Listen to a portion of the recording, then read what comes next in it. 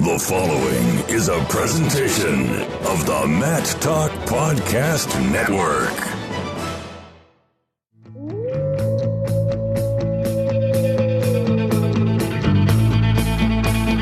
The mind of Pat Popolizio is a wondrous thing.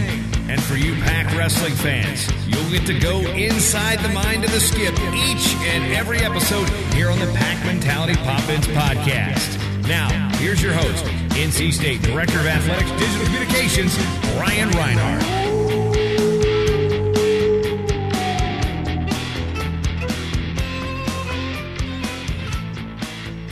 Welcome to a brand new episode of the Pac Mentality Pop-Ins podcast. After a few weeks off, we are back, and this episode promises to be one of our most exciting yet.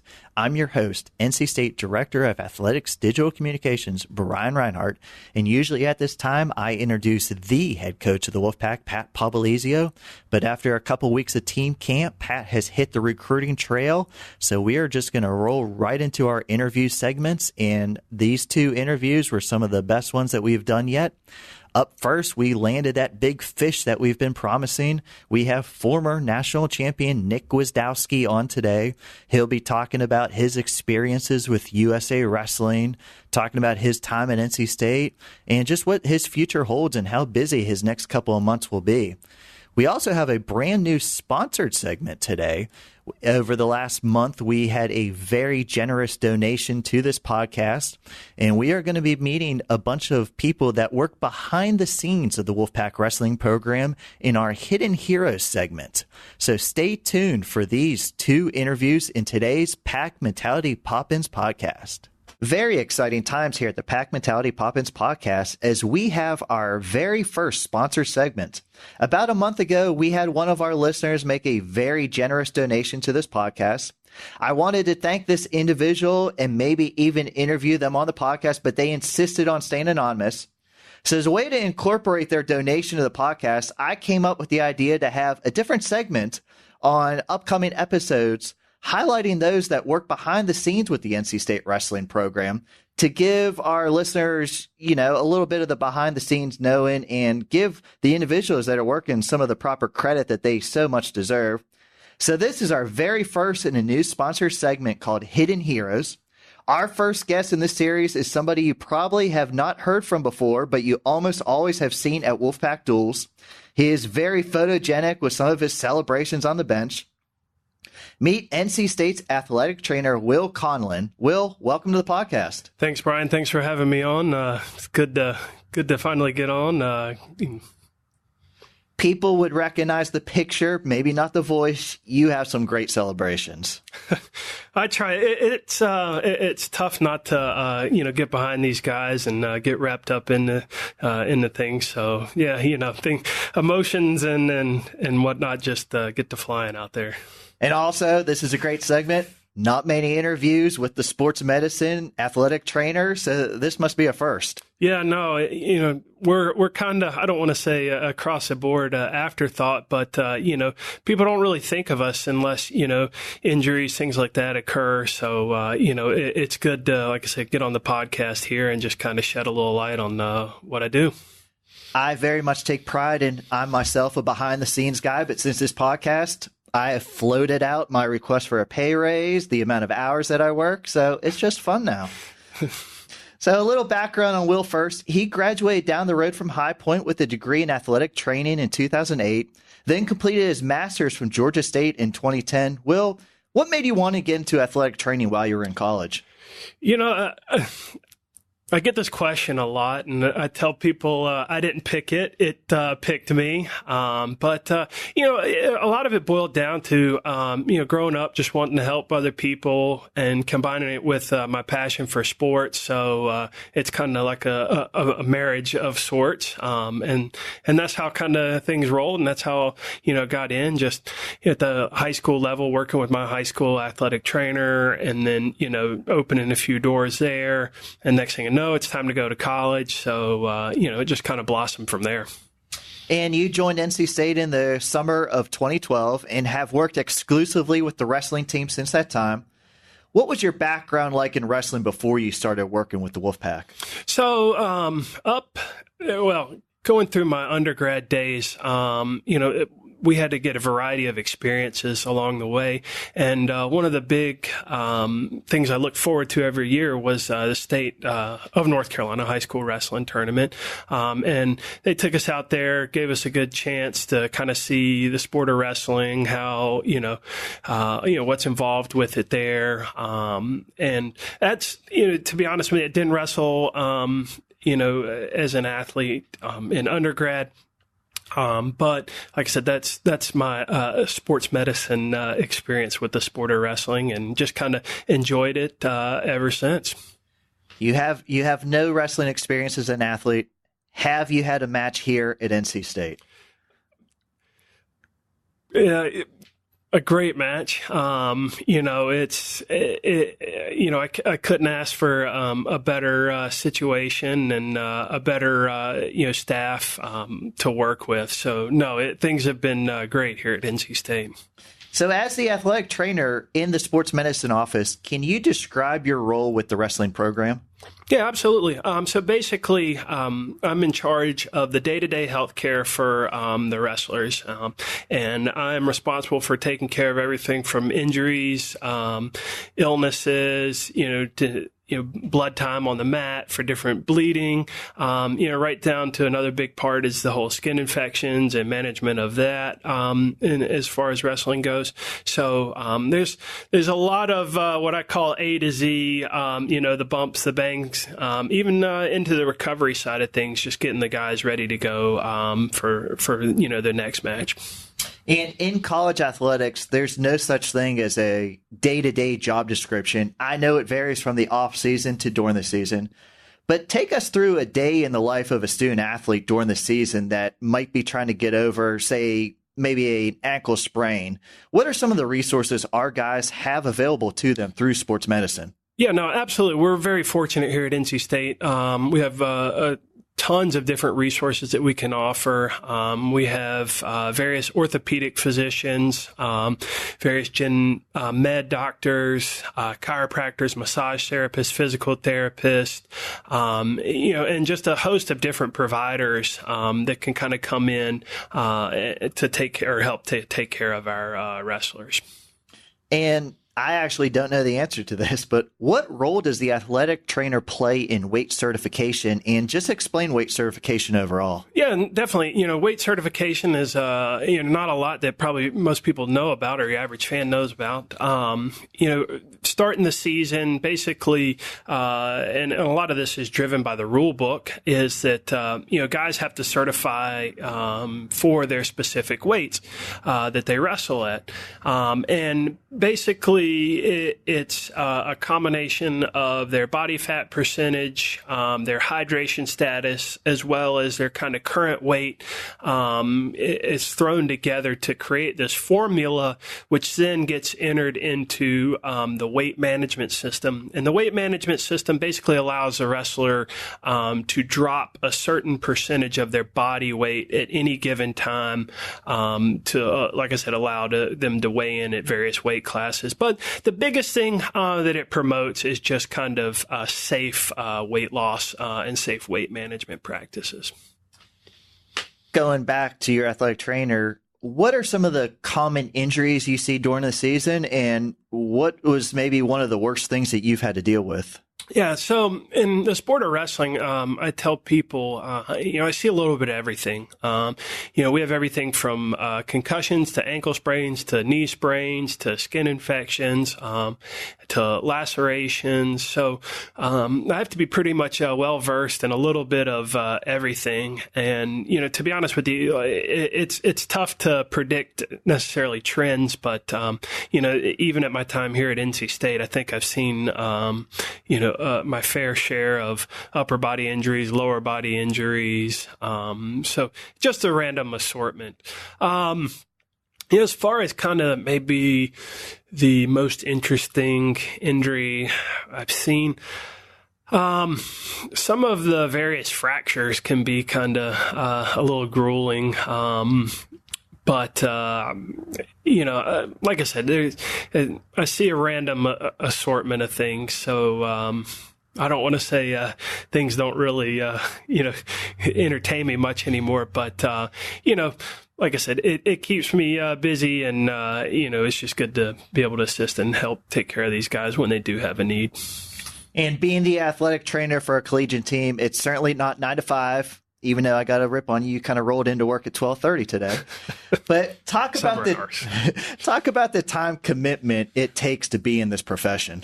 Yeah, absolutely. In season, we're basically here and around when all the guys are here. I'm present for, practices. I travel with the team, and even outside of kind of those, there's still treatment hours that I hold. We're still around for weight training sessions, conditioning sessions. So, the days can get long, and especially mixing it in with travel and all-day tournaments. So, sometimes it's not uncommon to, work 12, 14-hour days in season, at a time. But all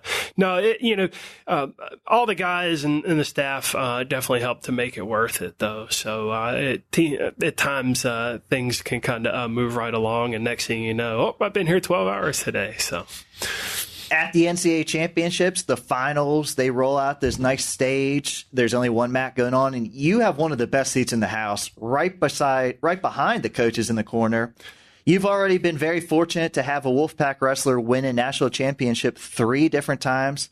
Can you talk about what a feeling that has been to see the success on that level, and you're right there for all the action? Yeah, no, it's pretty wild, and definitely I get a lot of people remind me of that here and there. Oh wow, that must be pretty cool. But and to put it shortly, yeah, it is. It's a pretty neat experience to be right there on the edge of the mat, especially in the NCAA championships. It's some of the most memorable times that I can recount, and just the the emotion of the building and the match and all that. I tell people and joke people it's tough to watch wrestling anywhere else except for sitting mat side when it comes to the NCAA championships. We have 17 newcomers joining the program for the upcoming season, and they are all on campus right now in summer school. From a sports medicine standpoint, what are some of the biggest adjustments they have to make from high school to college in taking care of themselves once practice is over? Yeah, absolutely.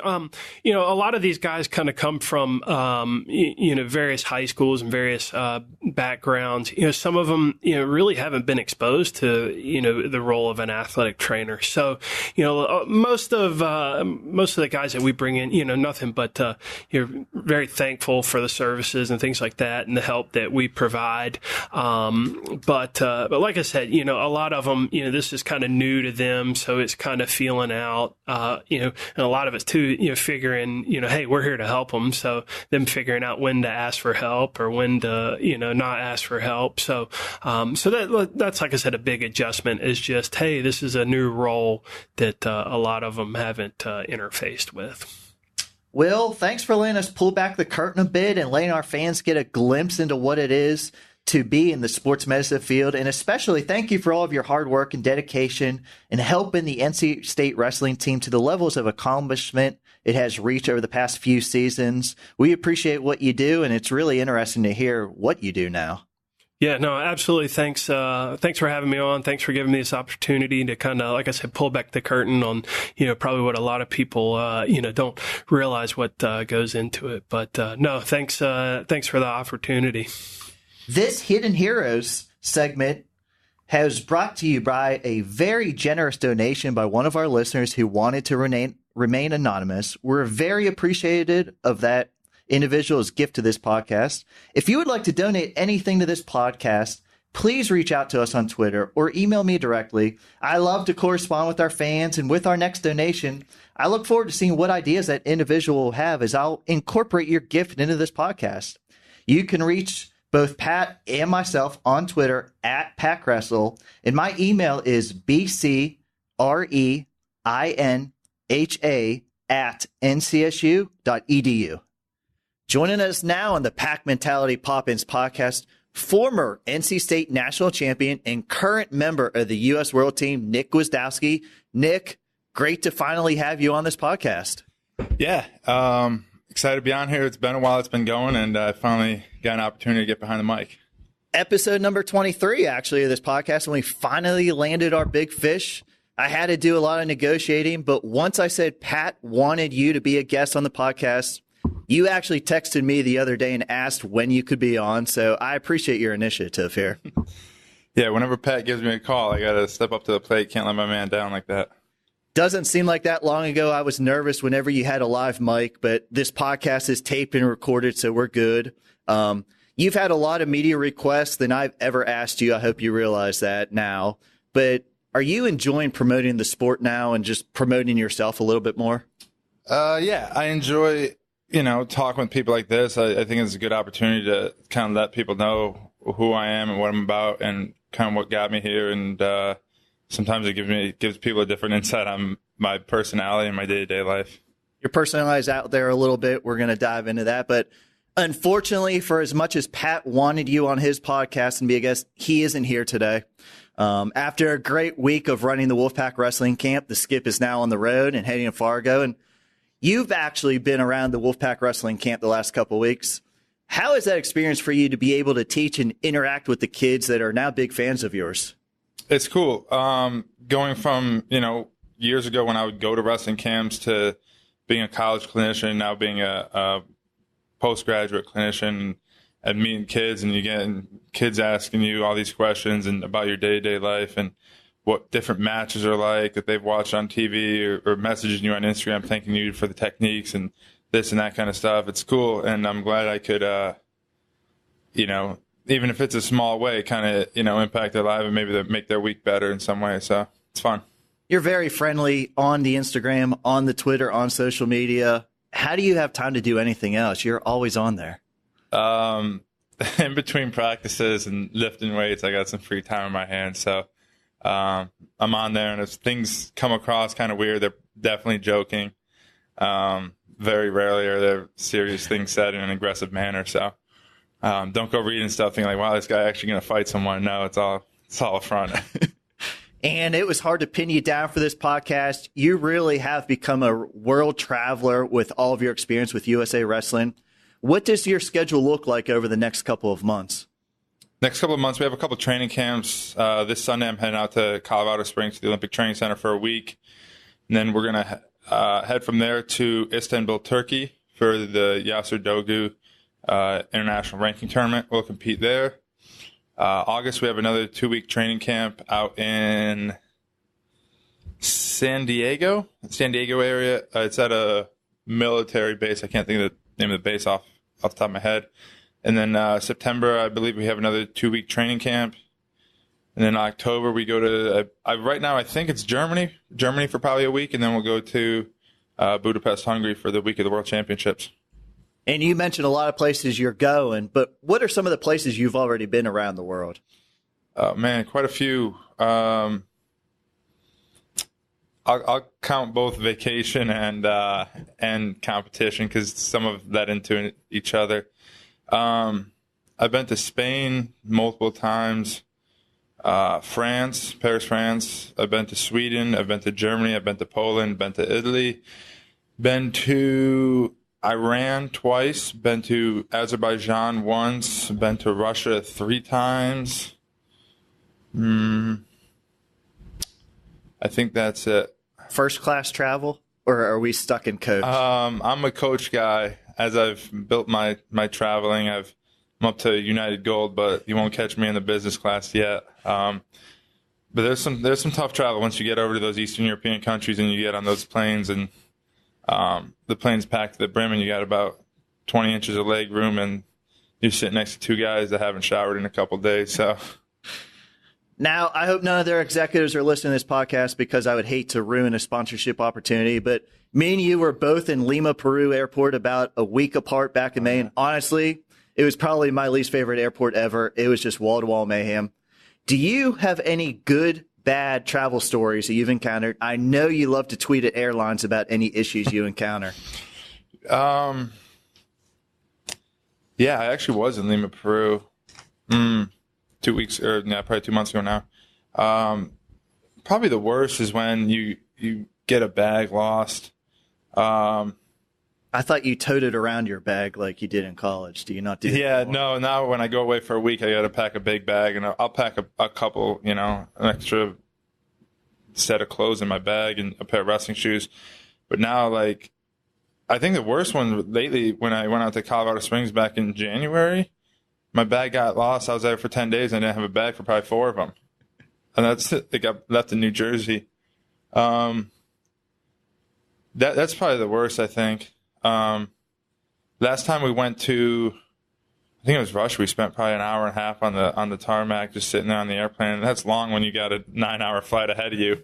So you already put in 10% of your time, and the plane wasn't was that even the moving. trip? It was like negative 20 degrees or something? Yeah, out in Krasnoyarsk, Russia for the Ivan Urigan tournament. It's 12-hour time difference out in Russia, and it's probably about negative 10, negative 20. Gets around, one day I got around 0, and you're like, wow, I can unzip my jacket a little bit. So it's some of the places are really interesting and different, but you just kind of take them for what they are, and kind of when you go home, be like, I'm glad I live in the U.S. I know you're still New York at heart, but you've been down in Raleigh for quite a few years. What do you like most about living in Raleigh and just being based out of here? When I first moved to Raleigh, it was a lot different than New York. Probably the two biggest things for me was I didn't know anyone here, and the climate is much hotter than I was used to year round, which kind of burnt me out a little bit, and not knowing anyone. But I'm now in my 6th year down here, so this is my home, and I enjoy being here. I know a good amount of people, not just around the town, but probably around the athletic department most of them. I'm probably one of the longest tenured people in this building, being here for 6 years. And it's a good place. There's a lot going on. And anytime I find myself like thinking there's nothing going on, I just have to kind of search around the web a little bit. And it's like, wow, all these things are going on. I miss them regularly. I miss them on the weekly or concerts or shows, stuff like that I enjoy going to. So, there's definitely a lot going on, and I've adjusted to it, and I'm happy I'm here. I know you appreciate some of your hometown shout-outs. What do you miss about back home up in New York? Man, probably the biggest things I miss is hanging out with some of my friends. Like, I'm coming down in September, so that's always fun when I get to team up with those guys. But also there's a couple places I like to go, and go up to the lake, hang out with some friends, and go to their restaurants and stuff like that. So those are things I still need to widen my circle down here and get to meet those type of people. Talk about New York. Your relationship with Pat dates back to even before high school. Can you talk about that relationship? I know he's not here right now. He skipped out on this podcast. But how did it start, and just how has it grown over the years? Yeah, so I probably first met Pat when I was in like 9th or 10th grade at a wrestling clinic. And he was brothers with my high school wrestling club coach. I was like, wow, these guys are totally different. They don't look like each other. And Pat's way more soft-spoken than Frank. And now that I know them both very well, I'm like, they're actually very similar. But I met him there, and then in the recruiting process, I was a important part of their recruiting at Binghamton and landing me there. So I knew I had importance to him. And then as the years went on, we continued to grow, and now we're friends. I still I'll call him coach here and there, but a lot of his time is spent working with the university program and the business side of our regional training center. So he's not in there with the day-to-day my workouts because he's got bigger fish to fry. So he does a great job with those things and managing a lot of people. So give him a lot of credit, but at the same time, I'm not afraid to joke with them and talk about some things. So you never tag him on Twitter. Why not? Just kind of think it's funny. we personally just say, Pat, when you see this, FaceTime me, because we know he sees things. He's always on his phones. There's just kind of a way to bother him, get under his skin a little bit.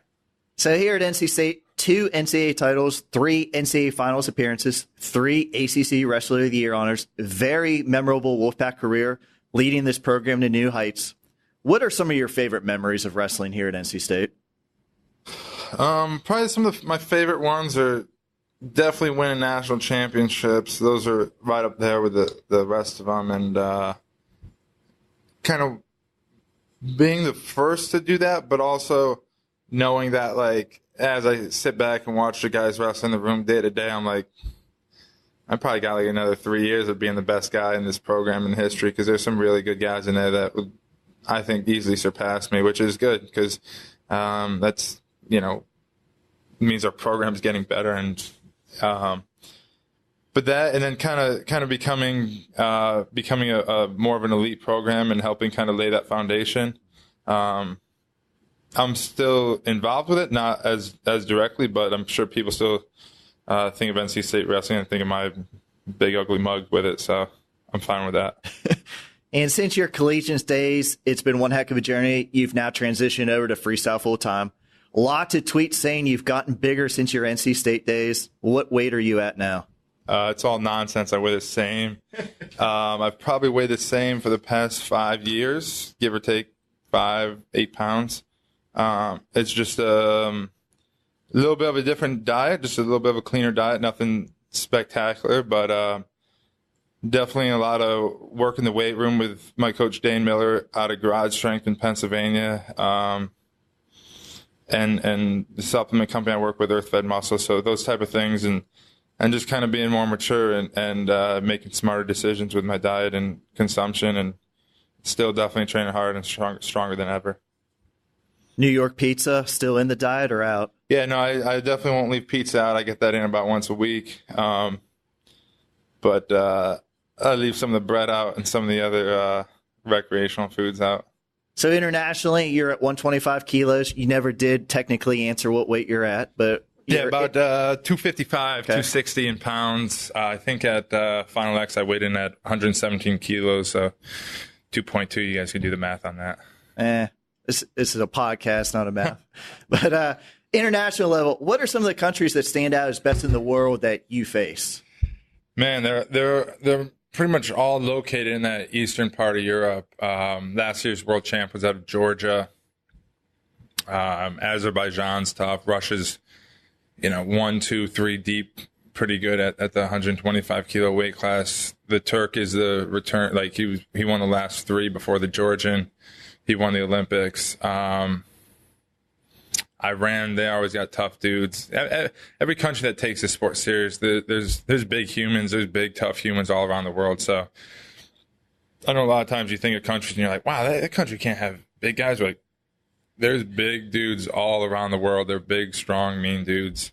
So it even catches me off guard. Sometimes I'll be wrestling some guys and you shake hands and you're like, damn, this guy's hand is big. Like this guy's wrist is like another inch bigger than mine. And you're like, oh, well, that's how it goes. The world's a big place. So you kind of got to be ready for anyone because the world's such a big place and you never know where someone's been in their garage training or lifting with some prehistoric weight set, and they're big and strong and ready to roll.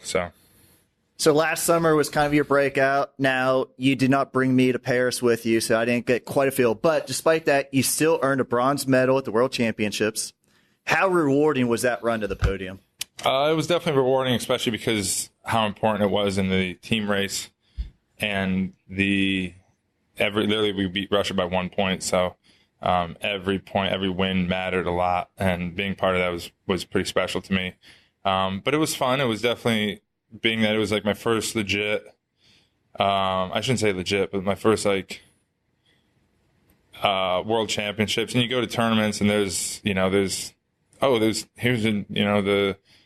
really good guys in my bracket also, but not everyone in the world championships. There's everyone in there. Everyone who's good is there. No one's skipping out. No one, everyone's there. So being able to win 5 matches at the world championships is definitely a rewarding feeling, and beating some of those guys. And it felt good, but I think it's a competitor in me. After I walk out of there, I'm like, I think there was something I left behind. Like, I know I can do better than that, and that's kind of what fuels me. Is not the other things. It's just like, did I give everything I had?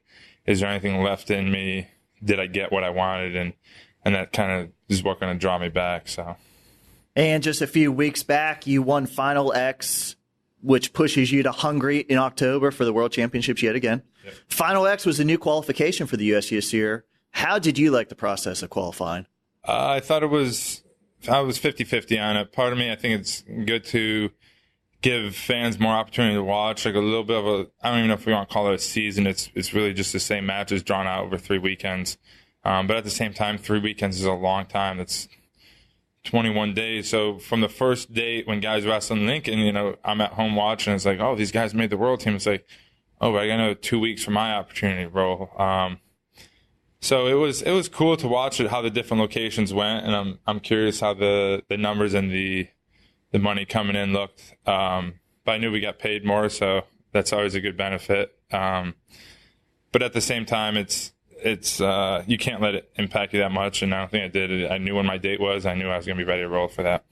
And going back to the Wolfpack RTC, our current coaches work with you all the time, and it's headed up by Obi Blanc.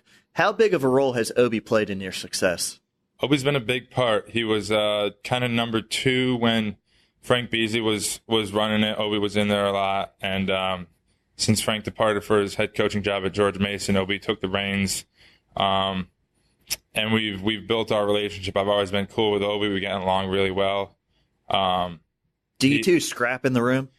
No, he'll run a couple of drills where I'll need to work on some stuff, but no, I don't grab a hold of little Obi. I think I may hurt him. But then again, he's got dad strength too, so I wouldn't want to actually mess with him. But no, he's helped me a lot, and he competed at a very high level for years, and he's worked with some of the best that our country's had to offer. So he understands what it's like, what you go through, how your attitude can change, and how sometimes I'll be a little fussy in the room, and you know, not in the best of moods and stuff like that. And he'll understand that, and you know, when it's over, we're cool, and there's nothing personal meant when things get heated or those type of things go on.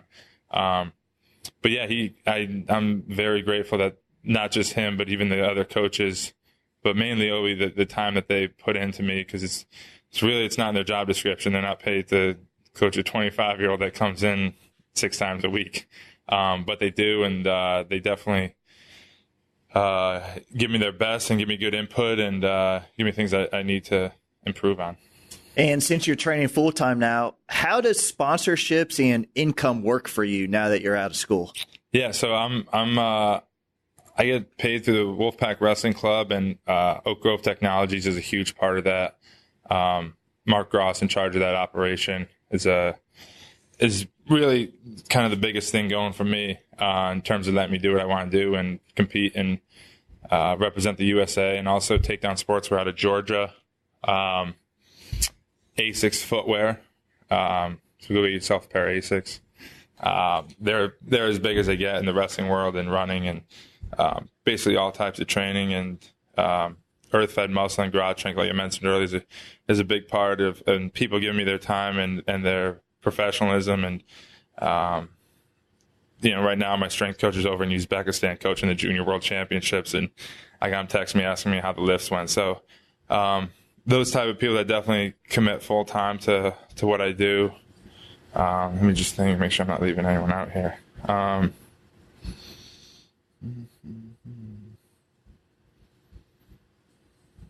think that's it. Yeah. So if you want to join the team, you know, feel free to reach out, Twitter. Instagram, I was going to say, plug some of your stuff. Yeah, definitely. If you want to become part of the team and get with us, feel free to reach out. We're always looking to implement new people and take people on with us. So we'd actually love to have you as a sponsor on this podcast, so you could reach out to us and sponsor the podcast. Hopefully sometime soon. I'm, you know, when I get that size, I'll be gladly willing to give back. We're waiting. Keep waiting. So at the Wolfpack RTC, what's a normal day look like for you? Well, for me at least, Monday, Wednesday, Friday, I lift in the morning down here in the weight room, and then Tuesday and Thursday, one or both the days, I'll come in the morning, wrestle light, just kind of work on some technical skill, and then Monday, Tuesday, Thursday, Friday, I'll wrestle in the afternoons, whatever time the practice is set up at with our partners, and go through anywhere from 45 minutes to an hour and a half of wrestling drills and live wrestling and some conditioning.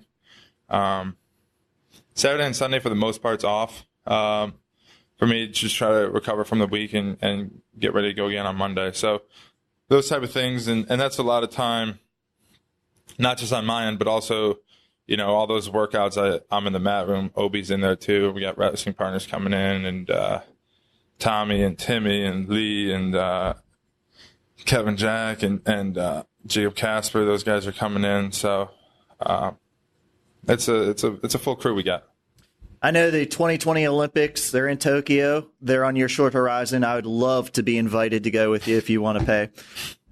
But after the Olympics, I've been pushing you towards this. Any WWE pro wrestling aspirations down the road? Oh, man, Brian, I know you're a big fan. I just don't know if it's really up my alley. I think I can. I don't think it's impossible. I think I can definitely do it, but I don't know if that's really me. But I don't want to count anything out. But I will still push you. I've helped you with your interviews, your promos. Yeah, you have. So I just gotta see what I want to do, and there's some other things I enjoy doing. So okay. I don't know. I get conflicted. Will you be a coach someday? Coaching's one of those things. Getting in business is one of those things. Maybe mixed martial arts. I don't know. Oh. I'm not really sure. Okay. Well, they're a huge recruiting class. I know you're around the program a little bit. NC State brought in 17 newcomers, couple new heavyweights.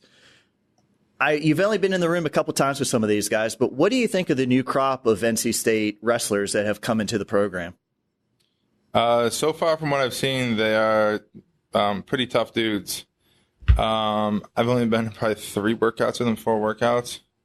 And the difference between them and what I showed up here in 2013, I was like, damn, these dudes are pretty tough. Like, they're wrestling hard. They got good skills. Some are out of shape, but that's, it's July, so that's all right. But definitely a skillful group. And even the questions some of them are asking me, I'm like, okay, now you're making me think a little bit. They're not just real simple questions. They're a little deeper in terms of technical skill and those type of things, and the skill sets they already have. So that's always exciting to see that kids are coming in with that type of knowledge and IQ, wrestling IQ. So I'm looking forward to it. We graduated a handful of guys last year, and my favorite sports team I think is still going to be pretty darn good this year. We hope to see you on the bench for some duels. You really stepped up your suit game last year. We were impressed. Yeah, now that I make a little more money, I can dress a little nicer, but you probably still catch me in the higher deck, so I could say what I want to say without people hearing You me. do like to hide up there and make your comments. We appreciate it. Yeah. One last question. I'll get you out here in this. At 18, when you started the whole college wrestling, what was your favorite cardio machine? Oh, man. I never liked running. When I first started wrestling, at Binghamton, I really didn't like to lift either. Now I really enjoy lifting. I would probably say an Airdyne. It's probably still my favorite piece. Well, I was going to say position. At 25, what's your favorite cardio now? Probably still the Airdyne. Probably the least amount of impact on me. I'm still not a big runner. I'll do some sprints and stuff. I don't know, my 6'1", 260-pound frame is not really constructed for running. But probably the Airdyne or those type of stuff. Nick, thanks for stopping by. Your interviews are usually of epic proportions, and our fans are going to love getting to hear from you. And I promise next time you're on, Pat will be right here firing off questions, and I really look forward to you interviewing the Skip Some. Yeah, next time I get on here, I will be sure to grab my friend Pat if I can grab a hold of him somehow or find him and drag him in here. The guy's usually on the run, but I'll hunt him down. I don't know about on the run, on the Stairmaster maybe. Yeah, right. He doesn't go anywhere. He just goes up and down. I want to thank everybody for listening today. This is your Pack Mentality Pop-Ins podcast covering all things NC State wrestling. Until next time, Wolfpack wrestling fans, go Pack.